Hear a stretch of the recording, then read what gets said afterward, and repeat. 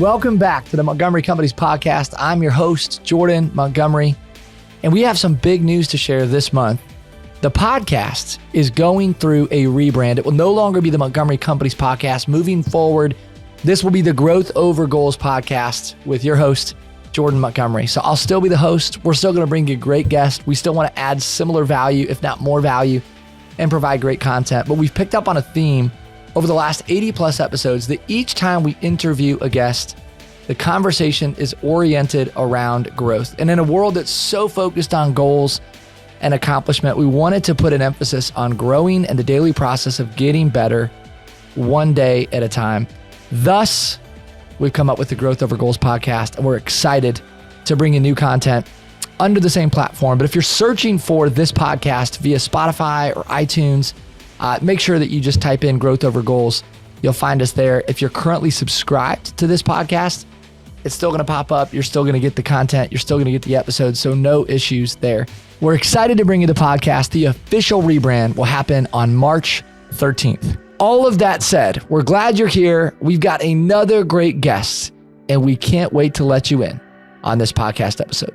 And today we are with Dr. Henry Cloud via Jason Teagle, Brad Lomenick, shout out, connecting the world.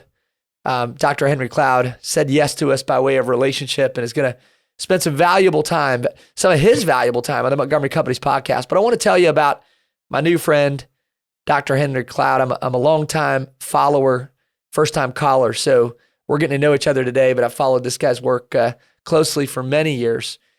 And I want to tell you what I've come to learn about Dr. Henry Cloud. Dr. Cloud is a New York Times and Wall Street Journal best-selling author. His books have sold, check this out, nearly 20 million copies. Dr. Cloud's work has been featured and reviewed by the New York Times, Wall Street Journal, Boston Globe, Publishers Weekly, Los Angeles Times, and many other publications.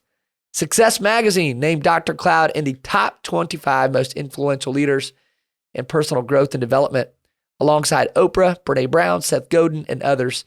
He's a frequent contributor to CNN, Fox News Channel, and other national media outlets.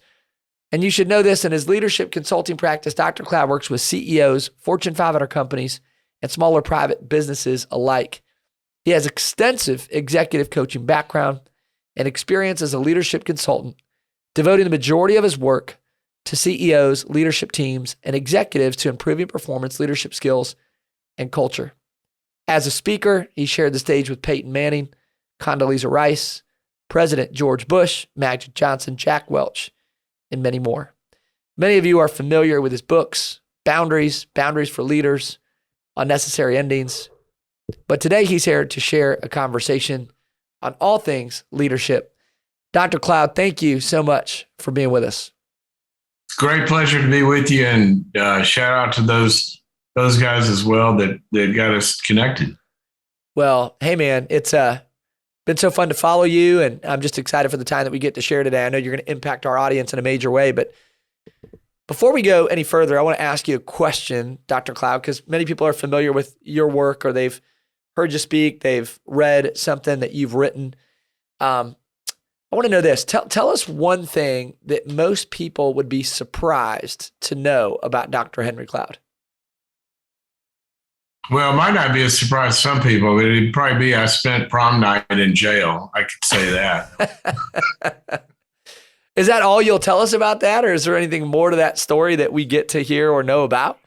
Well, I think the leadership lesson in that is good to have connections, because so it's in between the prom and after prom party, and a buddy of mine pulled up next to me on one of the big streets there where I grew up in Mississippi, and he kind of thought his car was faster than mine. So we got into a little thing and got pulled over for drag racing, which that was a little bit of a aspirational stretch, I think. So anyway, they hauled me into jail. But here's the leadership lessons. If you're gonna get thrown into jail, at 1 a.m, it's good that your date's father is like a city alderman, a council member, because we go in before the night judge, and he looks at her and says, "What are you doing here?" So we didn't stay there too long, but it's always your network's important. Well, that's the truth, man. The old adage is not what you know, but who you know, right? Your association determines your destination. So you never know when you might need help. That's right, man. I've been there. So, hey, I want to talk about leadership today, and I want to incorporate some of your work as I ask you these questions. Some of our listeners have read your book, Boundaries. Some have not. Some have read Boundaries for Leaders. Some have not. All of you need to read Boundaries and Boundaries for Leaders if you haven't. I want to ask you about a leadership question, and I think you might respond to this with some content from one of your books. But what's the greatest leadership lesson, Dr. Cloud, that you've ever learned? Oh, gosh. It's a little bit like if you need one thing in life, well, I don't know, you want to pick water, air, or food. Which one you want to, it's more like there's this kind of handful. But probably it would be this, everybody's always arguing, are leaders born or are they made? And like everything we know about human development, it's both. There's certain aptitudes and wiring that people have that other people don't.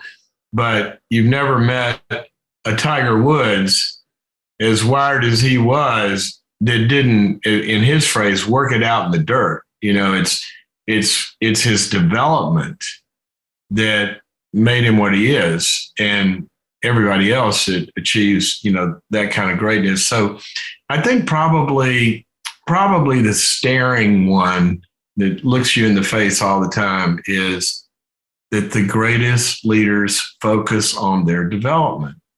They all, if you go to the C-suites, you do all the research. Harvard, did years of this, and you get to a certain level and they all look alike in terms of IQ, backgrounds, business acumen, brilliance, all of that stuff.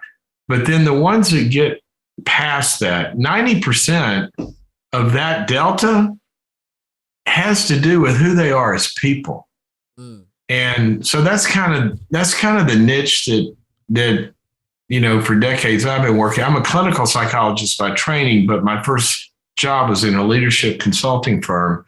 And I thought, there's leadership field, which there is, and that's the science. Everybody gets into leadership, not trained for it. They get into it because they're good at something. And then they have to learn this second career of leadership, and there's a science to that.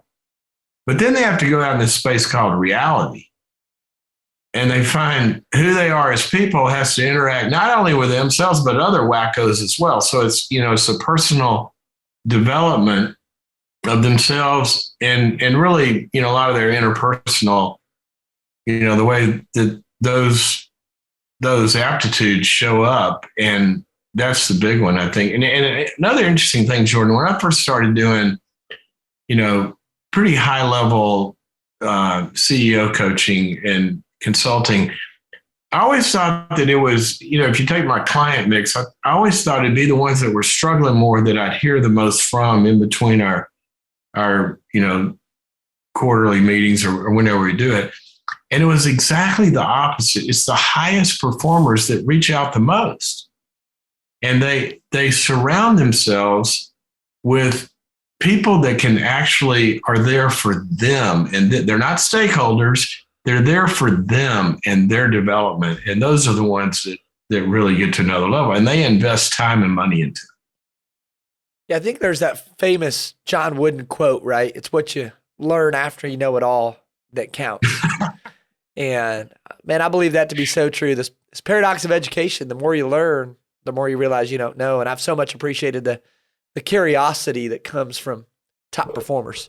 Yeah, it's amazing to me how many people I run into that know everything about whatever we're talking about, and they hadn't accomplished much. Yeah. And the ones that you get with that have accomplished incredible things are the most curious to find out the next thing that they don't know. Okay, so to that end, I want to point something out because we just had a conversation 5 minutes ago that I want to underscore. We started this conversation and I said, Dr. Cloud, I want to honor your time today. And you responded back sort of a casual way. You said, I'm good on time. I've got some things I'm working on, but I'm okay. You know, in kind of a cordial, polite way. Like, I've got time for this. Bob Goff is that way. Pat Lencioni is that way. John Gordon is that way. But then you'll get somebody who's written one book and they're just kind of understanding leadership and they're kind of on the rise, and they'll tell you, hey, I got a hard stop, top of the hour. I got the next 42 minutes and I got to jump. You know, it's that same sort of spirit of I've got it figured out. I don't have time. And yet I think there's this humility in you and some of the other people we get to interview who've accomplished so much, but yet you're so eager to learn. Probably a great segue to my next question. What do you feel like you're learning now with where God has you, Dr. Cloud? I mean, what are you learning about in your leadership journey these days?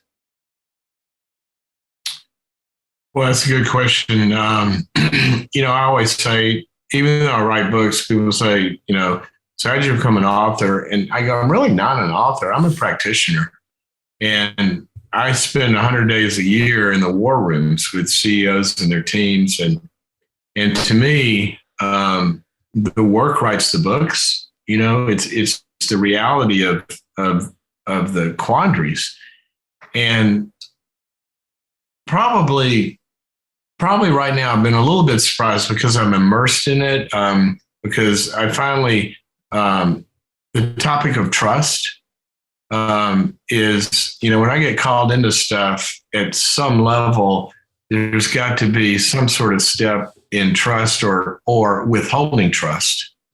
Leaders' biggest mistakes are sometimes not having the right algorithm to know who to trust and for what reason.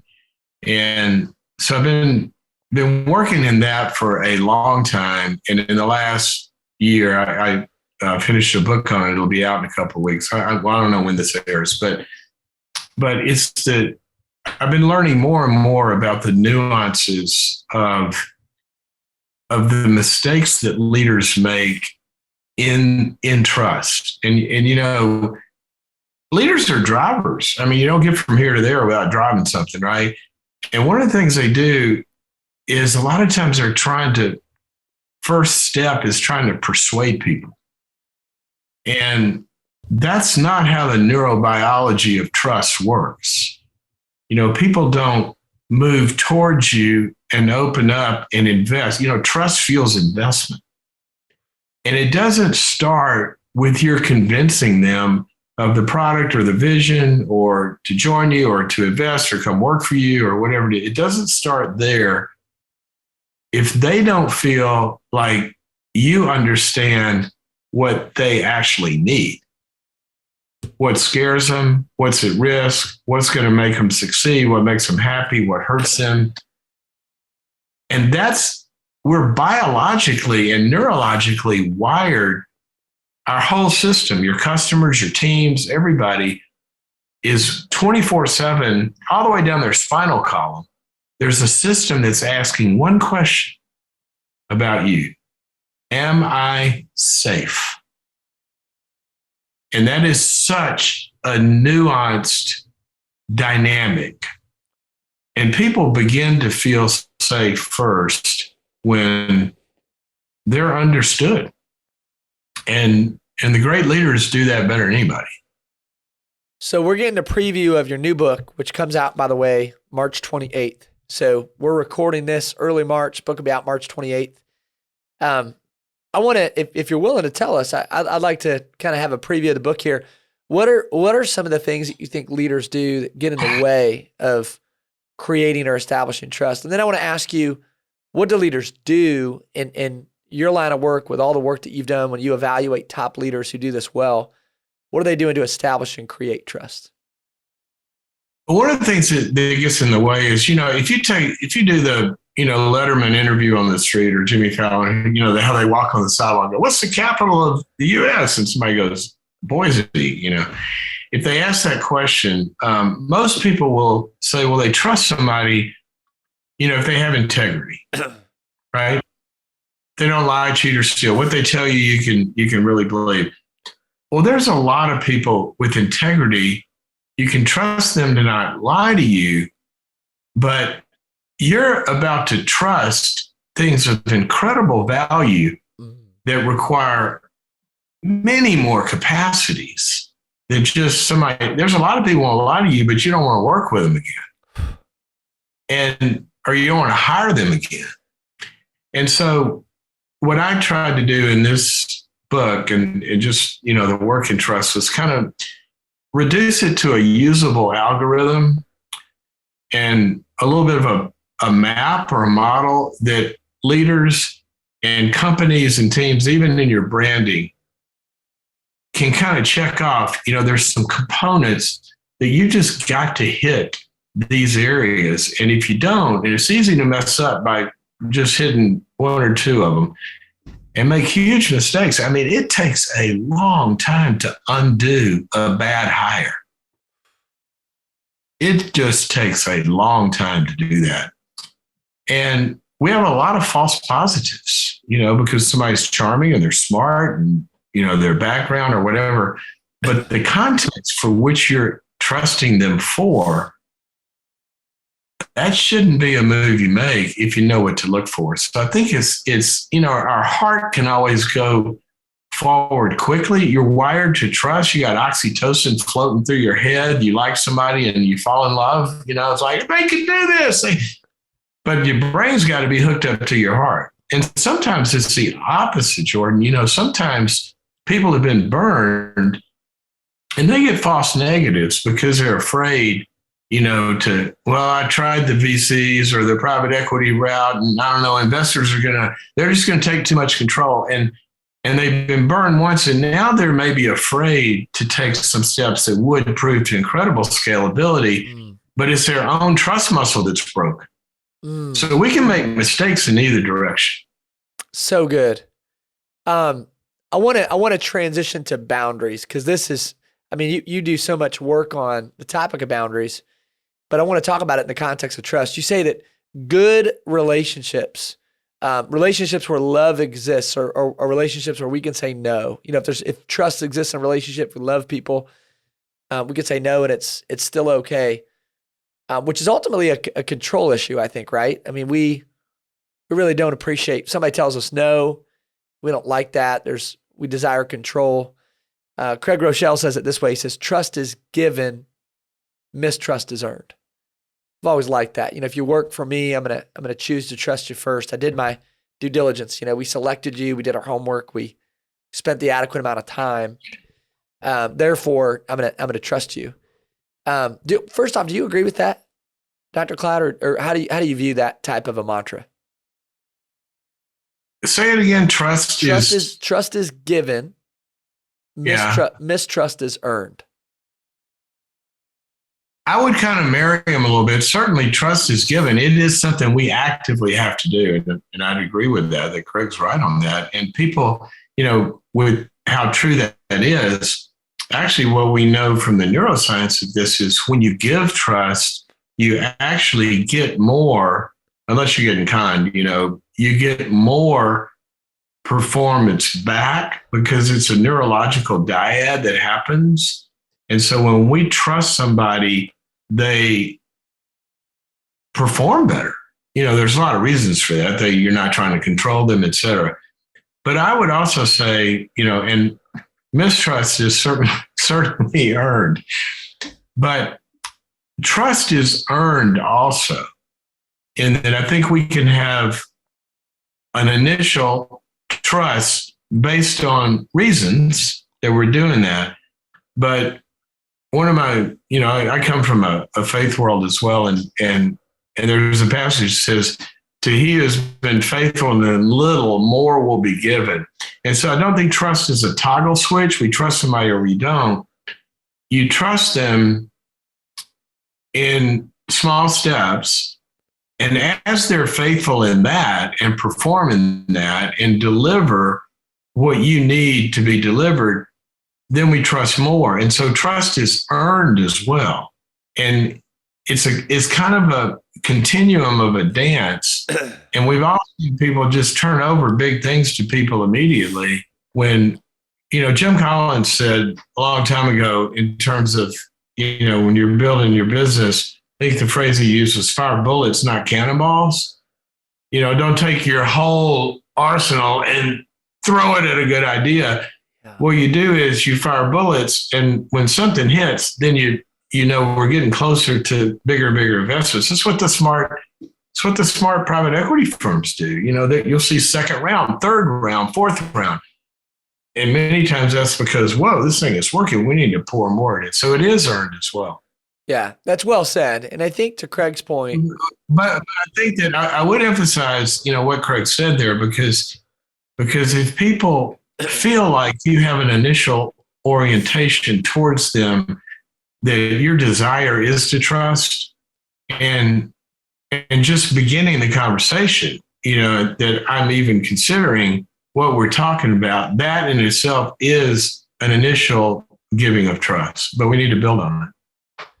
Yeah, I think Craig's point is we want to do some work on the front end, which mirrors what you're saying, right? Of giving people small tasks, you're going to trust them with a little, but also acknowledge, hey, we've done our work. If you look at Craig's work, I mean, what he and Bobby have done and others, that he is a great example of extending trust to the right people. Yep. Well said. And let them run with it. Well said. And I think that gets missed a lot of times in a mantra like trust is given, mistrust is earned, but not without firm expectations, a lot of communication, and a great deal of due diligence. Here's one area where so many leaders. And I would also add, to make sure your own trust diagnostics in your head are working properly. Yeah, correct. I mean, you can hit the throttle on an airplane, you're trusting your altimeter, but if that thing's not working right, you can fly into a mountain. Well said. Yeah, so well said. Well, you're going to bless a lot of people with your work around trust, and you already have, and excited to dig in. March 28th. I've taken so much from your work, Dr. Cloud, on this topic of boundaries, knowing when to say no, how to say no. One thing that has so many leaders sideways that we coach with is this inability to say no, inability to set boundaries. And by the way, you've got a book out, Boundaries for Leaders. Let's speak specifically to the leader today who's managing a team. They have people pulling on them. And there's only so much time in a day. They're trying to manage their energy and their time.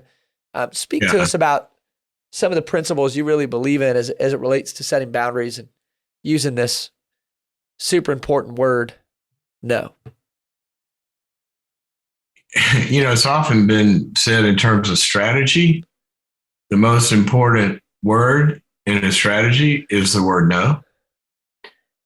Because if somebody's got a strategy and you decided, to me, strategy answers the question, how are we going to win? Mm-hmm.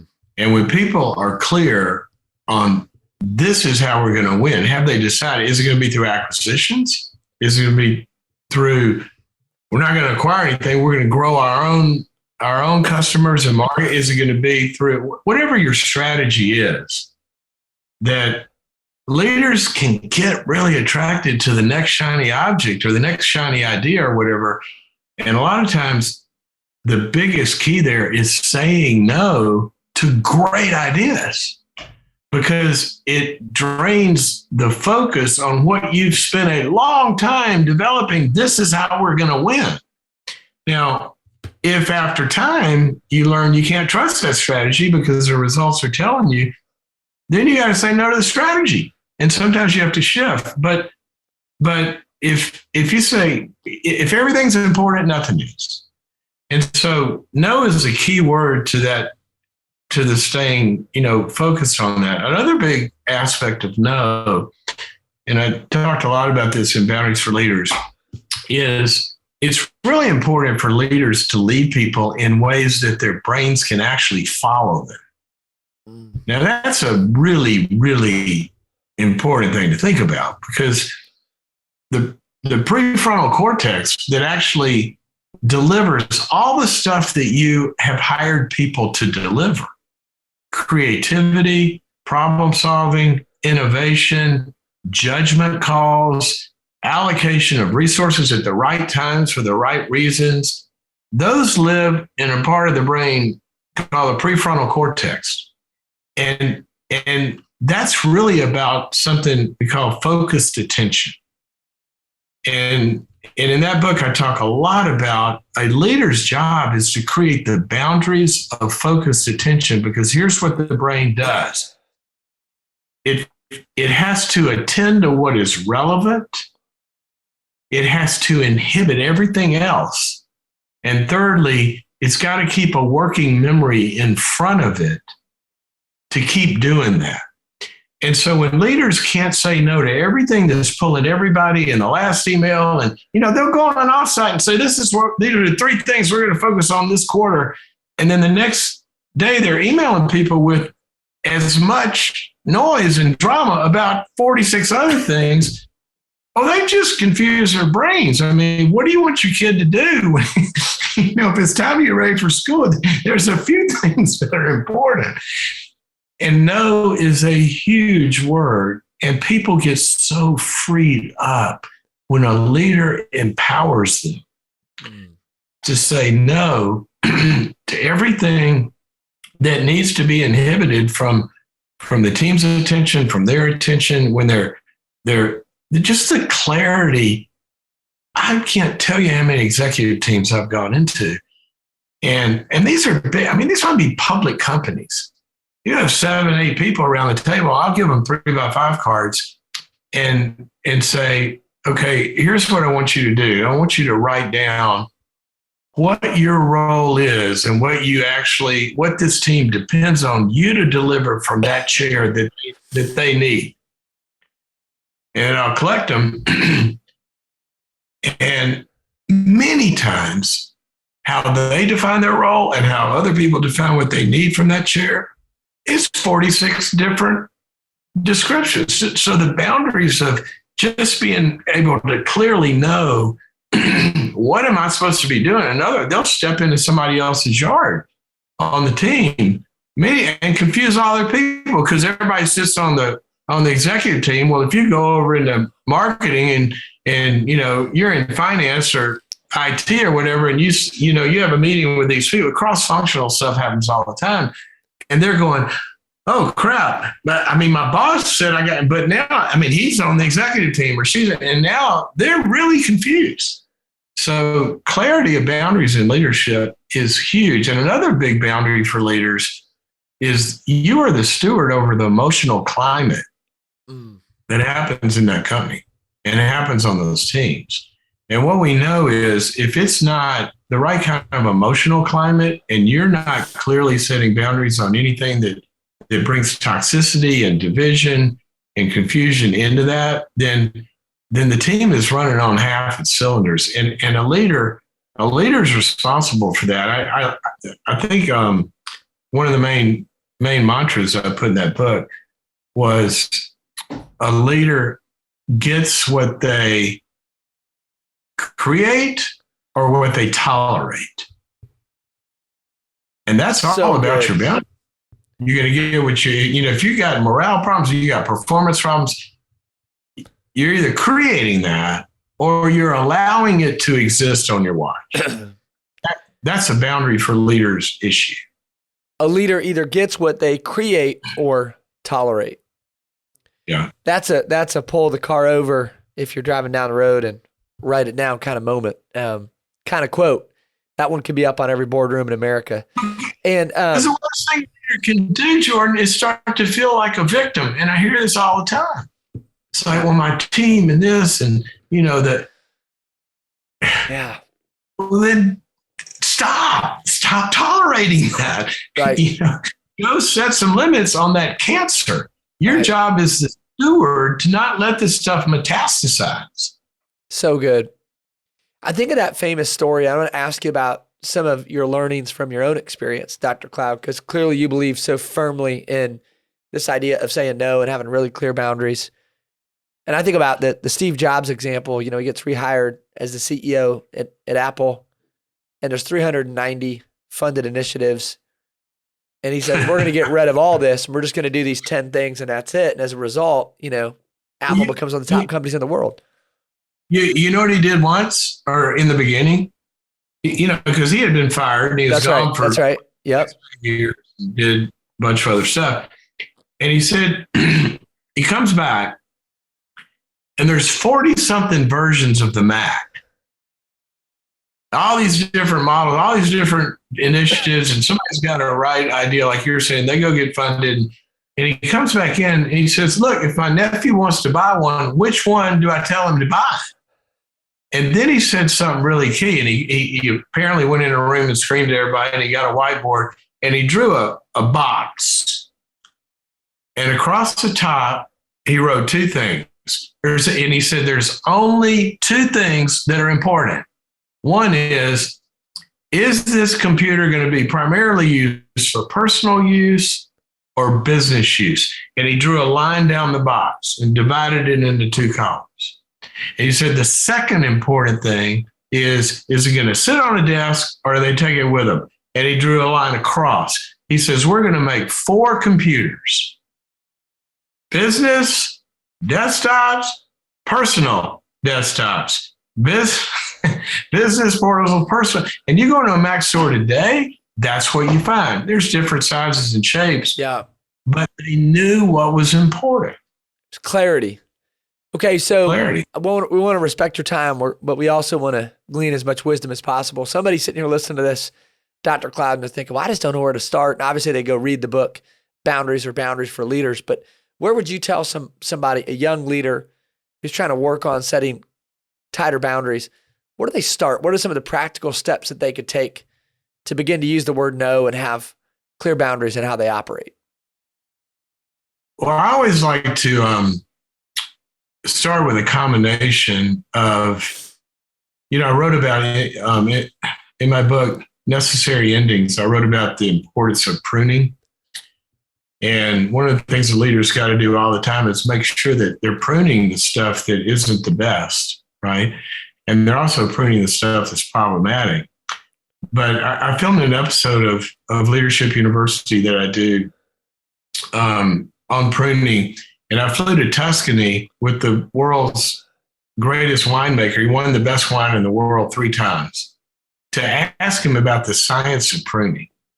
And he walked me through the vineyards. He said, but before we talk about the science of pruning and what you got to cut out, this is coming from a vineyard owner.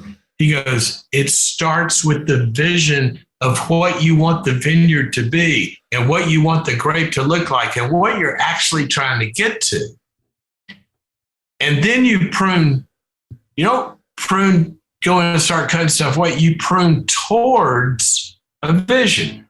What exists today that doesn't fit the tomorrow that I'm trying to build? It's good. And so we look at it that way. When you say, what are a young leader, what's important boundaries? You've got to start with being really clear about what the heck am I trying to build here? What do I want it to look like, feel like? And you just got to be clear about where you're going. And then I want to drop them down to the bottom line of it and ask, so where are the pain points and what exists today that doesn't fit that? That's where you start saying no. And then that takes you into one hellacious corner. And that is, you start to figure that out, then you got to go out there and do it. So now you got to have the stomach and the support to walk in and setting boundaries that people aren't going to like, because you may be cutting their key project. Think about this, Jordan. Why did it take a bankruptcy judge? General Motors goes into bankruptcy, and it takes a bankruptcy judge to shut down Pontiac. Now, this is a brand, you got the smartest executives in the world. This is a brand that hadn't turned a profit in 40 years. And the judge looks at it and goes, why are you doing this? Well, I'll tell you why they were doing it. Because people loved that product and they were tied to yesterday. And this is the way, no, this was the GTO. And everybody's emotions involved in this, and there's relationships involved. And the leader's got to have the stomach to say, let's have a party and celebrate its success, but let's take the time and resources and money that we're putting there and let's put them on where we need to go. And that's that dynamic tension between the aspirational tomorrow and what exists today that's sucking fuel from that. So good. Love everything that you just shared. And, we always have a few-minute clip from every episode, and that was it. I mean, just so much gold in what you shared. And something that's so universally helpful and relevant. I'll tell you what the hardest part of that is a lot of times. It's the personal relationships that get involved of somebody that you love and brought on and developed and invested in. And you got to say no to them. And it may be no to what they're doing. Their role has outgrown them, or they're not properly cast for, or, whatever they want to love you to go fund. And sometimes, honestly, I mean, it's that person doesn't belong there. And it may be for performance problems. It may be because they're divisive on a team. They got their foot on the brake when you're trying to have yours on the accelerator. The personal relationships involved in this. I've sat with high-powered leaders, and my biggest job is to get them to have that conversation. And every single time, after they pull the tooth, they always come back and say, why did I wait so long? Why did I wait? And I'll tell you why I wait so long, because you love the person. Right. It's tough. It's not easy. This stuff is not easy. Yeah, it isn't easy. And I don't think we're wired for disappointment and tension. I think we're wired for the path of least resistance, which is keeping the peace and trying to have some dishonest harmony, which we all know doesn't lead toward prosperity and productivity. So, listen, we want to honor your time, Dr. Cloud. You've been so generous with us. I've got 3 pages of notes. What's next for you? I know you got the new book coming out March 28th. What else are you working on? What's next for Dr. Cloud? Well, I've got a big emphasis around trust right now. And so I'm kind of trying to figure out it's interesting when you work with companies like I do, it's always trying to, it's back to focus, right? There's so much value in getting a leader and the right people in the room on smaller offsites, but also the big groups. Sometimes the whole company has to know what they need to know to do all this. And so kind of what's next for me is kind of allocating the focus of how much to give each of those columns. I think it's a tough deal. And my biggest problem, honestly, is, I do a lot of hands-on consulting and coaching, but that develops content. And developing content, I'm kind of a nerd. I spend all of my reading time. People say, have you read this great whatever novel? Or I go, no, I was reading about breakdowns in the neurotransmitters, what happens in conflicts, in a journal of neuroscience. You've read that, haven't you? I mean, of course. I love the nerdy stuff because that's where it needs to be applied. So I like to take all that and develop it into content. And then third area is delivering it, in podcasts and speaking. So what's next for me is it's always about what fits the season. And that's kind of what I'm whittling away at right now. Well, I commend you on, and I think about you in this way, Dr. Cloud, because I think everybody's got kind of a superpower. Everybody we interview, you go, wow, this person are really good at this. This is, and of course it's setting boundaries, your work on trust and leadership in general but I sense that you just have a great deal of clarity with how you live, how you operate, how you communicate. And I think you've probably had to work at that, but I just commend you on your clarity. I think you are bringing clarity to the world. Jordan, I'd say people have had to work me over on that. Well, it goes both ways, I'm sure. We all get formed. I've been so fortunate over, decades now of of having incredible mentors. That you put that together with actually gaining a lot of miles, there's no way to learn stuff. You're not going to be a great golfer watching Rory play. It's going to really help, but you got to get out there and learn. And I don't think I have any superpowers except a pot's been cooking for a long time of great input from people, but also sitting on the stove and developing it. And that's what I tell people, that you got to be formed by people, and you're also going to be formed by experiences. And some people will focus on one or the other, and they'll go to all the leadership things in the world, which you need to do and learn. But you got to get out there and screw it up. You got to get out there and try, and you got to then go back and let them form you on getting it better. So that's how superpowers get developed. Man, that's so good and so true. Dr. Cloud, you are a speaker, author, thought leader, coach, person of faith. And you just dropped so much wisdom on us today. Is there anything you want to leave us with before we sign off today? Well, first thought that came to mind was, because I'm just coming off the road. I've been on the road for 2 weeks doing offsites with companies. And the first thing that comes to mind is I just want to encourage some leaders out there that you might be, because this is what I have heard over the last couple of weeks, and it's front and center. You might be surprised right now at how hard it is. You got such a great idea. You got such a great opportunity, and you launch into it. And I'm thinking right now of the people that are discouraged because they've hit a bump or they've hit an obstacle. And in each one of these situations I've been in, there's a combination in the room of people that are at that moment, and it's normal to doubt yourself, and it's normal to doubt the idea.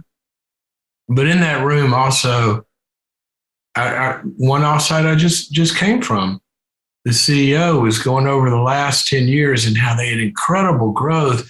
And then they had a regulator, kind of federal regulator, come in and just hate their product and basically made it unusable, and they had to shift. And he was talking about how, look, that's what we do.